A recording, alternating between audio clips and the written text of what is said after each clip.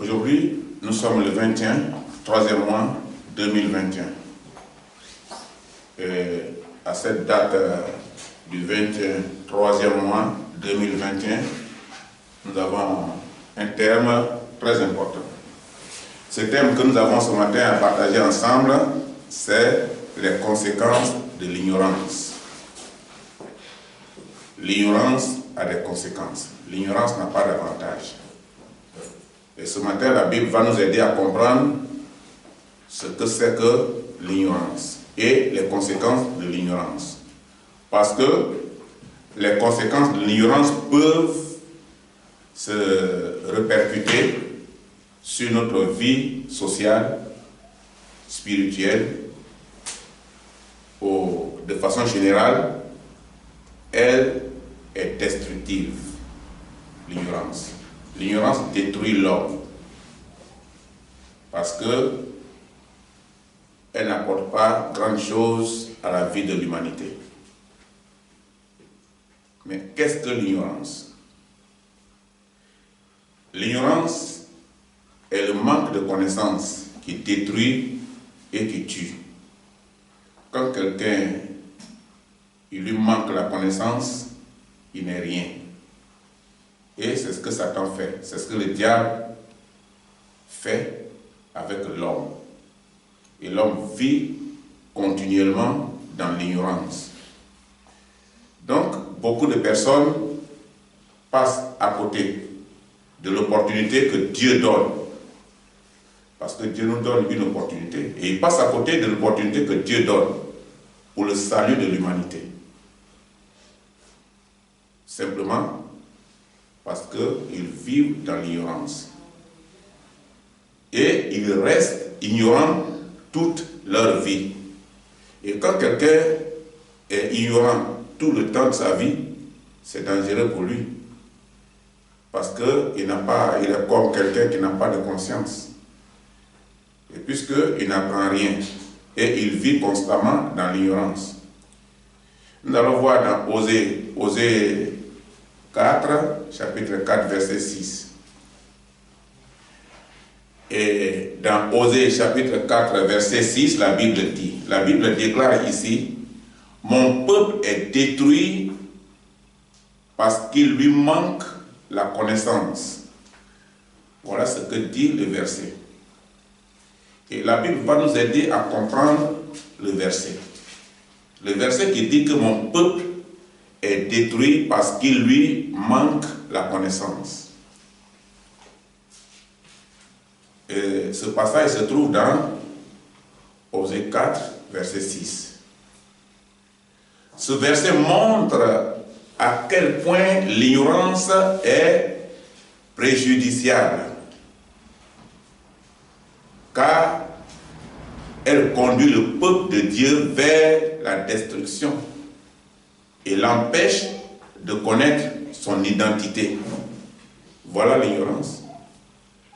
Et c'est pourquoi la Bible a été claire dans ce passage, pour que l'homme puisse se ressaisir, pour que nous puissions comprendre ce que l'homme est en train de vivre et quelles sont les conséquences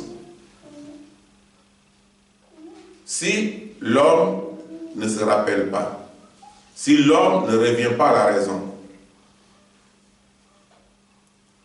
Quelqu'un qui dit, par exemple, moi, ma grand-mère est une poule, je ne mange pas poulet. Il y a des gens qui disent comme ça en Afrique. Et c'est leur totem. Il dit, ah non, non, moi, là, ma grand-mère est poule. Donc, je ne mange pas poulet. D'autres disent, moi, ma grand-mère, là, c'est une chèvre. Je ne mange pas cabri. Il y a les enfants de la grande sœur à mon père qui disaient ça quand ils viennent. Et mon papa est obligé de chercher une solution. Ces filles-là ne mangent pas poisson. Mais si votre maman est de notre famille, et pourquoi votre grand-mère peut être poisson et vous ne mangez pas poisson? Parce que c'est les totems qu'on leur a donnés dans la famille de leurs parents, à cause du masque que faisait le monsieur.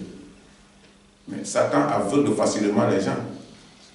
Tu ne peux pas venir dans ta famille maternelle et puis dire que toi, ta grand-mère est poulet ou ta grand-mère est poisson, tu ne manges pas de poisson.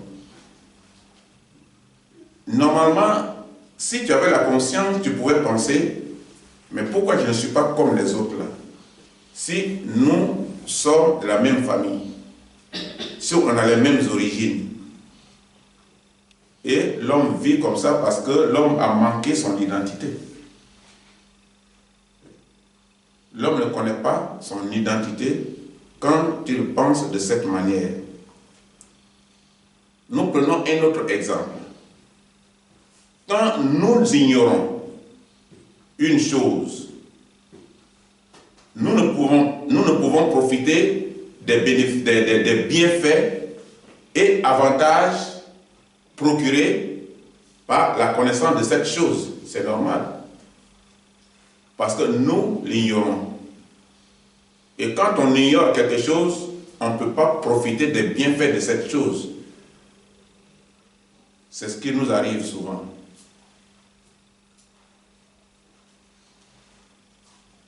L'homme est confronté à un tel problème.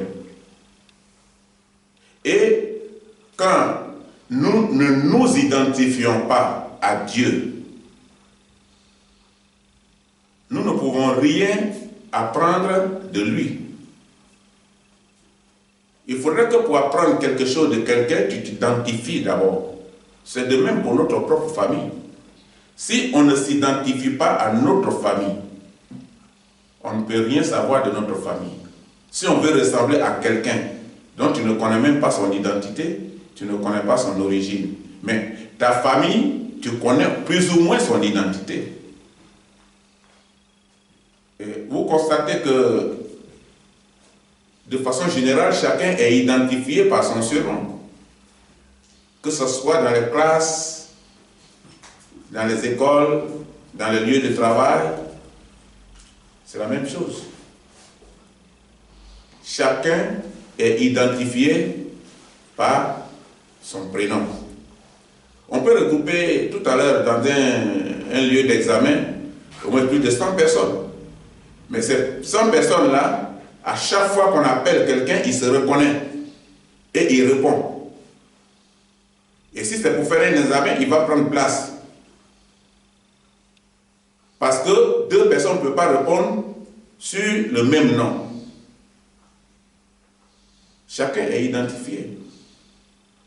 Et l'homme doit savoir son identité. Donc quand quelqu'un ne connaît pas Dieu, il ne connaît pas d'où il vient. Il ne connaît pas son identité. Donc la révélation de la parole de Dieu nous donne de saisir notre identité en Christ et nous équipe à affronter quelques situations de la vie ou même chaque situation de la vie. Parce que nous sommes identifiés, nous savons d'où nous venons et quel est notre devoir, qu'est-ce que nous devions avoir comme responsabilité. Ainsi, la personne qui sait et qui a cette connaissance divine aura la force, l'assurance et la fierté de faire face à n'importe quelle situation. Parce que il sait d'où il vient. N'importe quelle situation de la vie. C'est pourquoi il faut savoir d'où tu viens. Avant de t'identifier à quelqu'un, il faut d'abord t'identifier à ta famille, à Dieu. Et tu sauras d'où tu viens. Nous qui sommes étrangers ici à Saragosse, en Espagne, nous ne sommes pas espagnols. Quand on prend nos papiers, même si on nous a donné le papier espagnol, le papier européen, mais quand on prend nos papiers, on regarde bien nos papiers. Et sur nos papiers, il est écrit notre origine. Ah, c'est comme ça que les gens sont. Ça veut dire quoi? Ça veut dire qu'on te dit, ah, tu es bien, fais comme chez toi. Ici, c'est chez toi, tu es libre. Mais si on met ton origine sur ton papier, ça veut dire que tu es libre ici, hein. Mais souviens-toi que ici, c'est chez nous. Ici, là, c'est chez nous. Tu peux vivre ici, mais il faut vivre ici comme si tu vis chez nous. Voilà ce qu'on nous dit. À partir de notre identification. Et quand l'agent d'identification prend notre papier, automatiquement, il sait d'où nous venons. Et à partir de là, il peut nous placer, il peut nous traiter en bien ou en mal. Nous allons voir dans Hébreux 10, verset 24. Et dans Hébreux 10, verset 24, la Bible dit: veillons les uns sur les autres pour nous exciter à la charité et aux bonnes œuvres. Mais ce verset-là, qu'est-ce que ça veut dire? La Bible nous apprend que la connaissance de la vérité apporte la délivrance, fait tomber les murs de l'ignorance et permet d'étendre nos limites. Ce verset est profond, mais ce verset est aussi simple, c'est-à-dire que nous sommes gardiens les uns des autres. Nous sommes gardiens. Voilà ce que la Bible dit. Veillons les uns sur les autres. Nous sommes gardiens des uns et des autres. C'est ce que la Bible nous apprend. Donc souvent, pourquoi on ne peut pas comprendre quand quelqu'un nous voit en danger, il nous avertit. Si nous sommes gardiens, je suis gardien de l'autre, l'autre est mon gardien, quand je suis en danger, il doit m'avertir. Pour ne pas que je tombe entre les mains de l'ennemi, de mes ennemis. Et c'est pourquoi il prend soin de m'avertir. Et si l'homme comprend la chose de cette manière-là, la vie n'est pas compliquée, il est simple. Il est simple de comprendre que nous sommes des gardiens. Et quand on est gardien, on veille. Un gardien, il veille. Il ne dort pas. C'est ce que Dieu fait avec nous. Notre Seigneur Jésus-Christ veille. Il nous garde. Et c'est pourquoi chaque fois que nous prions, nous disons: Seigneur, envoie-moi tes anges pour camper autour de moi. Oh Seigneur, je t'en prie, ma vie est en danger. J'ai besoin de ta présence. La présence de tes anges, la présence de ton esprit. Et après cette prière-là, nous sommes dans l'assurance que Dieu nous a écoutés, que Dieu nous a entendus et que Dieu va agir en fonction de notre prière, selon notre besoin. Dans Acte 3, versets 3 à 6, ici, il est question de la foi. Acte 3, 3 à 6, il est question de la foi. Il faut apporter ton talent, ta connaissance, selon ton identification, selon ton identité. Et tu verras que ça va porter du fruit et ça va aider celui qui est dans le besoin. La Bible dit que Pierre n'avait rien à donner comme aumône à ce boiteux. Ici, il est question d'un boiteux, il est question de quelqu'un qui est malade. La personne est malade et a besoin d'une aide. Mais elle s'assoit devant l'entrée de la synagogue pour demander. Pierre et Jean montèrent ensemble au temple. À l'heure de la prière, c'était la 9e heure.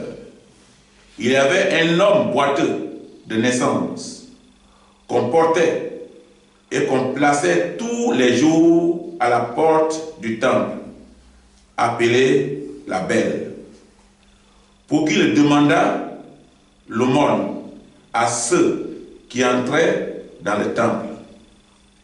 Cet homme, voyant Pierre et Jean qui allaient y entrer, leur demanda l'aumône. Pierre, de même que Jean, fixa les yeux sur lui et dit, « Regarde-nous. » Et il les regardait attentivement, s'attendant à recevoir d'eux quelque chose. Alors, Pierre lui dit, « Je n'ai ni argent ni or, mais ce que j'ai, je te le donne. Au nom de Jésus-Christ de Nazareth, lève-toi et marche. » Qu'est-ce que la Bible dit ici? Cet homme fixa les deux là attentivement. Mais est-ce que nous fixons la croix attentivement? Cet homme s'attendait à de l'argent parce que c'est ce qu'il a l'habitude de recevoir. Grande surprise. Souvent nous apportons à Dieu nos sujets de prière et Dieu nous donne le contraire qui est mieux pour notre vie. Parce qu'il connaît nos besoins. Cet homme avait un besoin. La Bible dit qu'on l'apportait, les gens l'apportaient pour que les gens lui donnent de l'argent et après on le ramène à la maison. Mais pourquoi ils attendent l'heure de culte pour venir le déposer devant l'église? Parce qu'ils savent que les gens qui vont à l'église là, c'est les gens qui aiment. Et cet amour-là, ils vont partager avec lui. Ils auront pitié de lui. Et ils lui donneront les moyens pour vivre. Mais ce jour-là, ça a été le contraire. C'était le jour de sa délivrance. Souvent, quand nous allons à l'église, les messages qui passent là, ce sont les messages qui doivent nous aider. Sûrement que nous étions en train de traverser des moments difficiles. Et ce jour-là, tu es rentré dans une église, tu as reçu un message, et ce message-là correspond au problème que tu es en train de traverser. C'est le jour de ta délivrance. Et cet homme devait être délivré. Et Pierre lui a dit, je n'ai rien. Je n'ai pas d'argent, je n'ai pas l'or. Mais il avait la puissance de Dieu en lui. Cette connaissance qu'il veut apprendre aux boiteux, aux malades. Pierre avait en lui la force divine, la connaissance de la Bible. C'est cette connaissance-là qu'il a apportée à cet homme. Souvent, on a la Bible, on a cette connaissance, mais on ne veut pas apporter aux autres. Mais ici, ça dépend aussi de sa relation avec Dieu. Parce que tu ne peux pas apporter cette connaissance aux autres, tout dépend de ta relation avec Dieu. Ces deux personnes-là ne sont pas hypocrites. C'est des serviteurs de Dieu dans la vérité. Et ils étaient convaincus qu'en eux, il y a l'Esprit de Dieu, il y a la force divine en eux. Ils étaient convaincus qu'en eux, il y a tout pouvoir pour dominer. Et ils n'ont pas hésité. Si je dis ça, est-ce que si ça n'a pas marché, qu'est-ce que ça va devenir? Ils n'ont pas pensé à ça. Ils n'ont même pas eu la présence d'esprit sur ces choses pareilles. Ils savaient que Dieu existe et que Jésus-Christ est fidèle à eux parce que eux, ils sont fidèles à lui. Ils savaient qu'ils étaient identifiés à quelqu'un. Et quand tu es identifié à quelqu'un, tu n'as pas peur. Quelqu'un comme Dieu, comme Christ, tu n'as pas peur. C'est comme ton identité familiale. Quand on parle de faux et usage de faux, falsification de pièces, tu n'as pas peur. Parce que c'est ton identité. Et tu peux répondre correctement devant le tribunal. Oui, c'est moi, c'est mon nom. Mais ce nom a été falsifié par telle personne, c'est pourquoi j'ai porté plainte. Et quand on vérifie, on sait que c'est ton identité. Tu es identifié à cette famille par ton prénom. Et nous sommes identifiés à Christ. Ici, là, l'homme qui a parlé au boiteux, il connaissait son origine. Il savait qu'il était fait à l'image de Dieu, mais il savait que par sa conversion, il est identifié à Christ. Il dit, je n'ai rien à te donner. Moi, je n'ai pas l'argent. Mais est-ce que ce qu'il lui a donné n'est pas précieux que l'argent? C'est plus précieux que l'argent. C'est précieux que l'or. Cet homme avait un besoin. Parce que cet homme avait besoin de la santé. Il lui manquait la santé. Si la Bible dit qu'on l'apportait et on le ramenait, ça veut dire qu'il ne peut pas marcher. Ce besoin-là était là. Constatez souvent dans la vie humaine des choses qui doivent nous servir d'exemple. Vous connaissez des gens, par exemple, que dans le passé, ils avaient des grosses voitures, ils étaient bien, ils ont des grandes villas et ils vivent bien. Ils ont de l'argent. Et d'un coup, ils font un accident. Et ce qui ressort de l'accident, c'est qu'ils sont devenus infirmes. Et d'un coup, ils se retrouvent avec une chaise roulante. La vie est limitée. Quelqu'un qui avait tous les moyens à sa disposition, que d'un coup, il se retrouve avec une chaise roulante, conduit par quelqu'un. Sa vie est limitée. Donc, il ne peut plus aller où il allait comme avant. Il ne peut plus faire les choses comme il veut. Sa vie dépend des gens. Et cet homme-là, sa vie dépendait des gens pour qu'il vive. À la 9e heure, on l'amène devant l'église. Assois-toi là. Ceux qui vont passer, à ceux qui ont l'argent, ils vont te donner.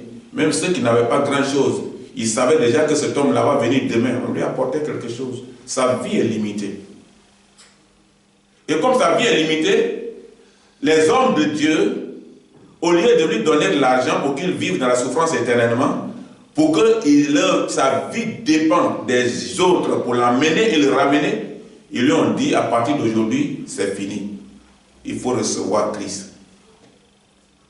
La Bible nous dit aussi les mêmes choses. Mais souvent, on laisse ce message-là et on s'en va s'identifier à d'autres choses dehors. Et on devient membre de là où nous sommes identifiés. Et ça nous tue. Parce que nous n'avons rien appris, il nous manque la connaissance. Pierre s'identifie à Christ et communique la vie de Christ aux malades. Parce que c'est ce que Christ faisait tout le temps de sa vie. Il guérissait les malades. Il ressuscitait les morts. Et comme il s'est identifié à Christ comme disciple, et Jésus a laissé le message pour dire que vous allez faire plus que moi, c'est déjà suffisant ce qu'ils ont fait en tant qu'homme. Dire à quelqu'un, lève-toi et marche, à partir d'aujourd'hui tu as la vie. Tu ne dépends plus de quelqu'un. C'est ce que Dieu nous dit. Dieu nous dit, par son message, ne vous identifiez plus à quelqu'un. Vous êtes déjà identifié. Depuis la naissance, vous êtes identifié. Ne vous identifiez plus à quelqu'un. Et quand tu t'identifies à Dieu, tu as tout le pouvoir. Tu as tout le pouvoir. Et Pierre dit au malade, lève-toi et marche. Et très longtemps, nous avons été malades. Satan nous a utilisés dans beaucoup de domaines de la vie. Et que nous avons été ignorants, nous n'avons pas compris. Maintenant que nous avons cru à la parole de Dieu, il faut qu'on se lève. Il faut qu'on sorte des griffes de Satan. Il faut qu'on se lève. On ne doit plus dépendre de Satan. On doit maintenant dépendre de notre identité. Et notre identité, ça dépend de notre origine. Et notre origine, c'est Dieu. Connaître notre identité ainsi que les talents et dons que l'Éternel a placés dans notre vie nous permet d'être des personnes de foi. Ta foi vient de là. Le fait que tu t'identifies à Christ comme l'a fait Pierre. C'est par la foi qu'il a dit à l'homme, lève-toi et marche. Ce n'est pas dans sa volonté, ni par sa volonté. Ça a été poussé par le Saint-Esprit. Pour que le nom de Christ soit glorifié. Il n'a pas dit, lève-toi et marche. Il dit, au nom de Jésus-Christ de Nazareth, lève-toi et marche. Mais quelqu'un qui est constamment, continuellement dans le péché, Jésus ne peut pas agir en son nom. Même si tu veux, il faut utiliser 50 fois son nom. Au nom de Jésus, au nom de Jésus, au nom de Jésus. Ça ne servira pas. Ça ne servira pas parce que toi-même là, tu n'es pas identifié. Et si toi, tu n'es pas identifié, ça ne servira pas. Il faut que toi qui vas dire au nom de Jésus-Christ, là, tu ne sois pas Judas. Parce que Jésus avait des disciples. Mais dans les disciples, il y a quelqu'un qui était préoccupé par l'argent. Il ne s'est pas identifié comme disciple.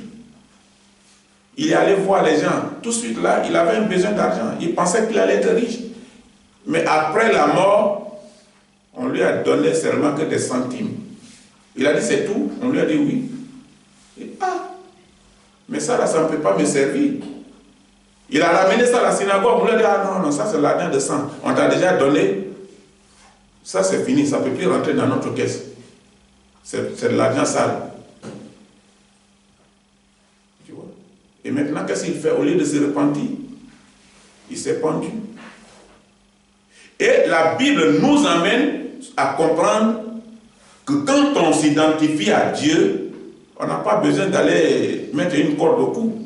Mais on a simplement besoin de se repentir pour revenir au Seigneur. Pour être une personne de foi. Et non pas des personnes complexées qui ne possèdent pas de pouvoir de Christ. Des gens qui sont complexés, des gens qui n'ont pas le pouvoir de Christ, ils sont complexés. Ils ne peuvent même pas parler devant quelqu'un. Ils ont même honte de parler de Christ. Ils savent même qu'ils sont chrétiens, c'est grave. Ils ne veulent même pas. Quand ils vont quelque part, ils sont cachés, ils ne sont pas identifiés. Ils sont cachés. Ils ne veulent pas qu'on sache qu'ils sont chrétiens. Et finalement, quand Dieu n'a plus la main sur eux, quand les situations commencent à s'aggraver dans leur vie, quand les choses tournent dans le sens contraire, ils ont besoin de Dieu. Mais puisque Dieu n'est plus là,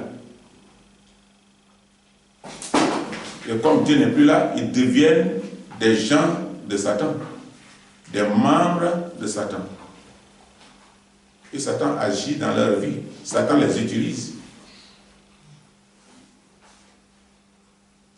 Parce qu'ils ne possèdent pas le pouvoir de Christ.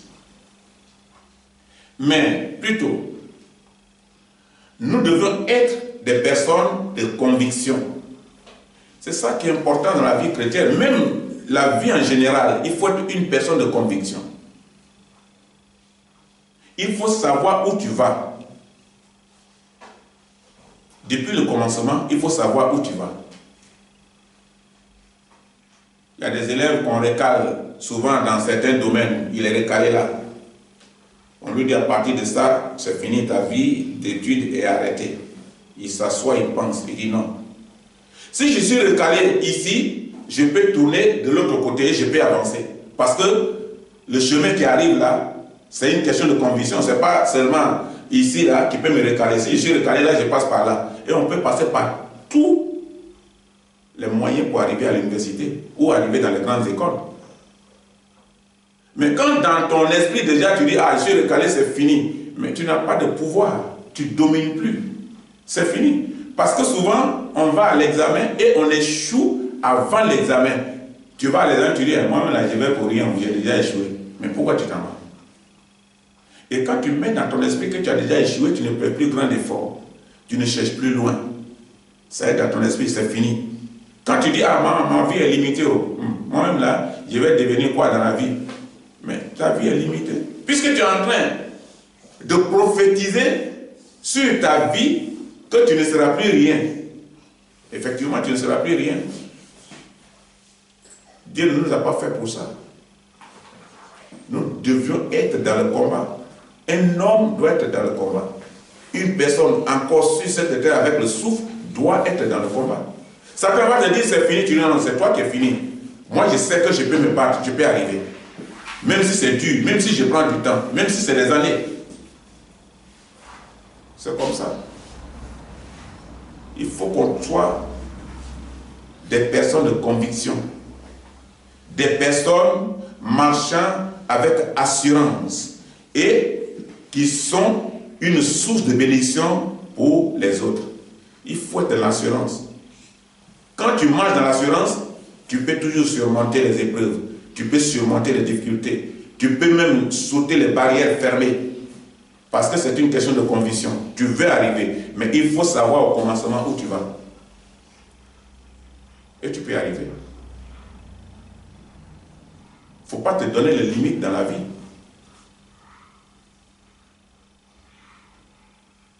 Il faut faire comme Pierre. Être utile pour les autres. C'est ce que Pierre a fait. Une source de bénédiction pour le boiteux. Il lui a dit, lève-toi et marche.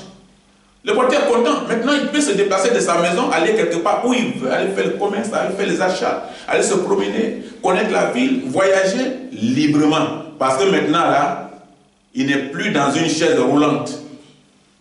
Il marche et il est indépendant.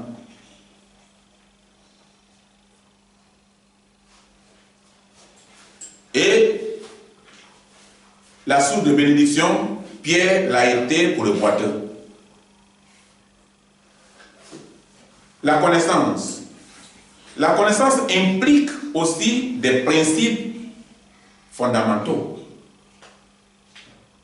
C'est pourquoi nous ne pouvons jamais ignorer de ce que nous possédons, c'est-à-dire des promesses attachées à notre vie. Dieu nous a promis. Mais si on a ignoré, on peut rater. Des promesses attachées à notre vie, ainsi que nos responsabilités en tant que chrétiens. Quand on devient chrétien, on a une responsabilité en tant que chrétien. Pas comme on était dans le passé. Dans le passé, on avait d'autres responsabilités, mais au profit de Satan. Bon, maintenant, on a d'autres responsabilités en tant que chrétien. Ça, c'est au profit de Christ. Pierre, ici, avait des responsabilités en tant que chrétien, en tant que serviteur de Dieu. Et c'est ce qu'il a fait. Parce qu'il connaissait la promesse de Dieu. Il sait qu'il avait la parole. Les responsabilités en tant que chrétien. Ainsi que le diable ne profite pas de notre ignorance et s'en serve contre nous.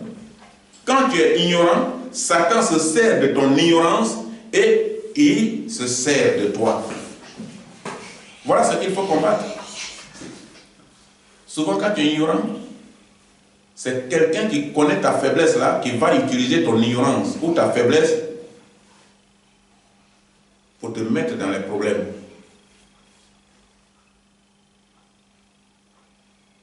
On ne doit pas être ignorant. On doit savoir que nous sommes des enfants de Dieu. Et notre vie doit se reposer sur la parole de Dieu. Pour ne pas que Satan se serve de nous. Et faire de nous ses employés. Parce que tous ceux qui sont dans des choses qui ne sont pas la gloire de Dieu sont les employés de Satan. C'est comme nous faisons aussi l'évangélisation. Eux aussi, ils font l'évangélisation. Partout. Pour donner gloire à leur maître. Donc, nous devions éviter continuellement de dire, priez pour moi. Parce que d'abord, en toi-même là, tu sais qu'il n'y a rien, tu es vide. On peut demander à quelqu'un, ah vraiment, je suis dans telle situation, je suis en train de prier, on peut te soutenir, c'est normal. Mais il y a des gens, en réalité, en eux, ils sont vides. Le Saint-Esprit n'est pas là. Ils savent qu'ils ne sont pas identifiés à Christ.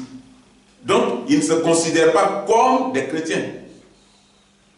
Ils vont à l'église, mais tous les temps, ils vont dire priez pour moi.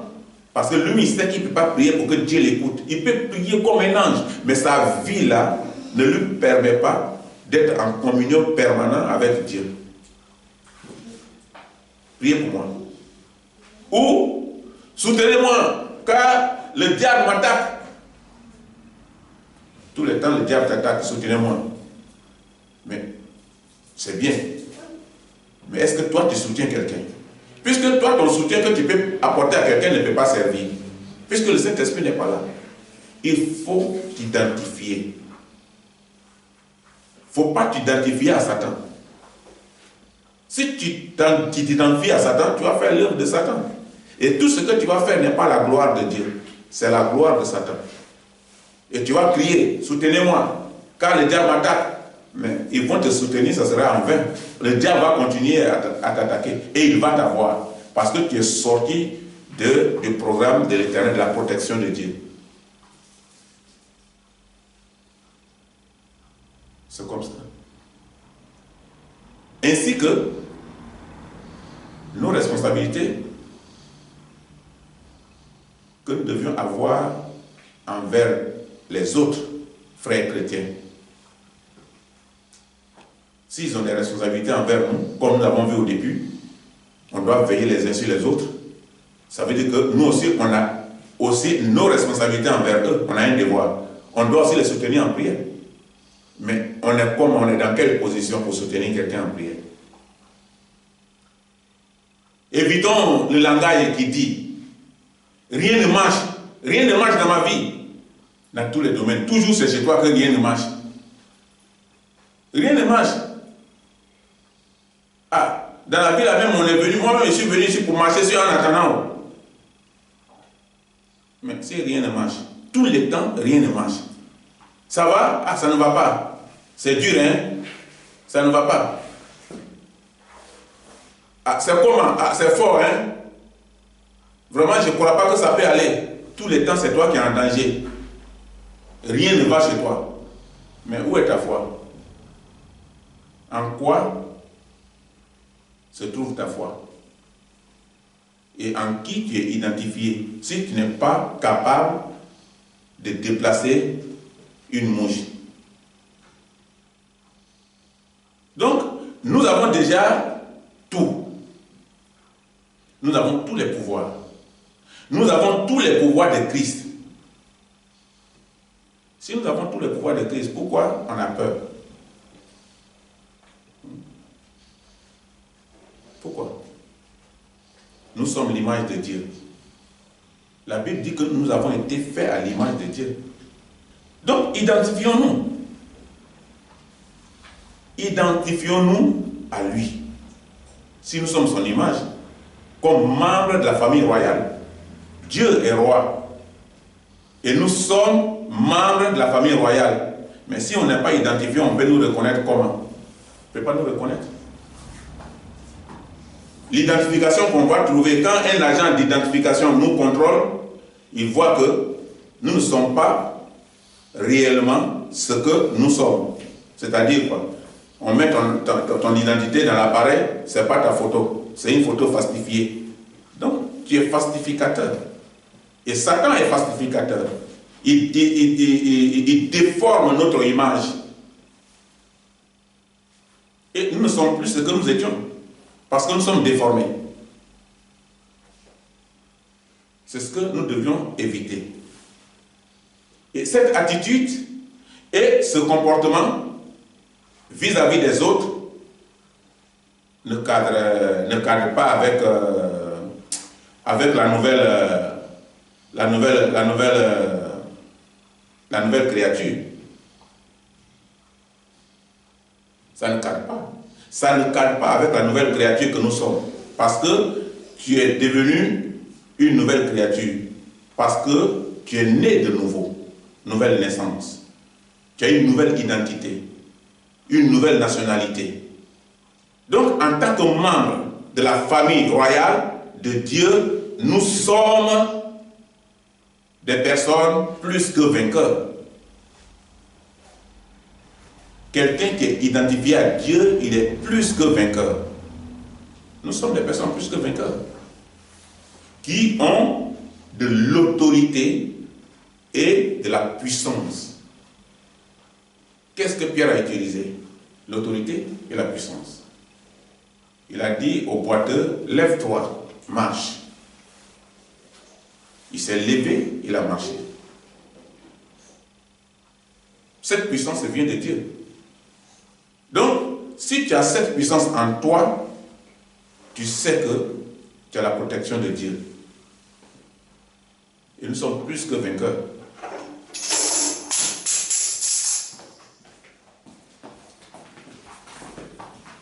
Nous sommes plus que vainqueurs. Nous allons voir dans Romains 8, 37. Nous allons voir dans Romains 8, 37. Par nos prières, nous pouvons défier les circonstances adverses de notre vie par nos prières. L'œuvre de la croix. L'œuvre de la croix a fait de nous des héritiers pleinement conscients de leur identité. Concurrents de leurs promesses et fermes dans leur position. C'est ça, l'œuvre de la croix.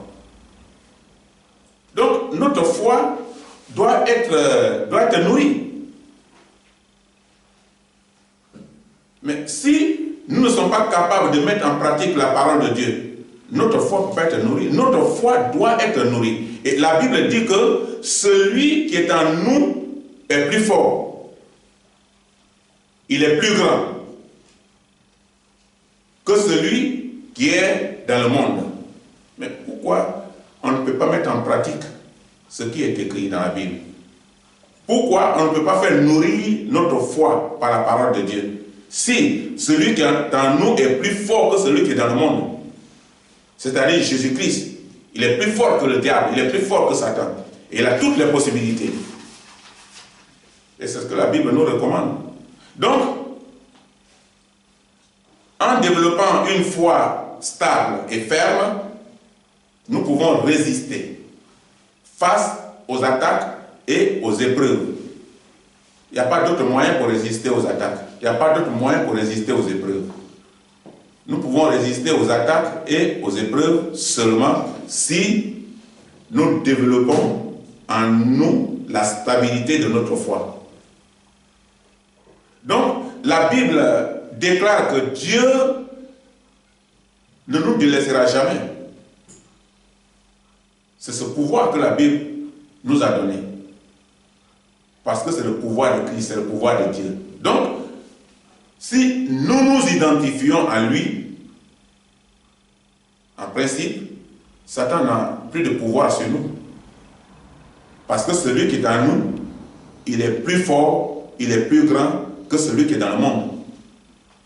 C'est-à-dire, il est plus fort que Satan et son gouvernement.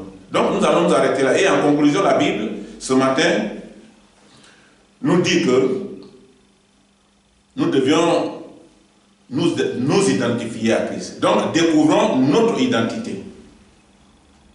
Prenons les devants et proclamons qui nous sommes. Chaque jour que Dieu nous donne le souffle de vie.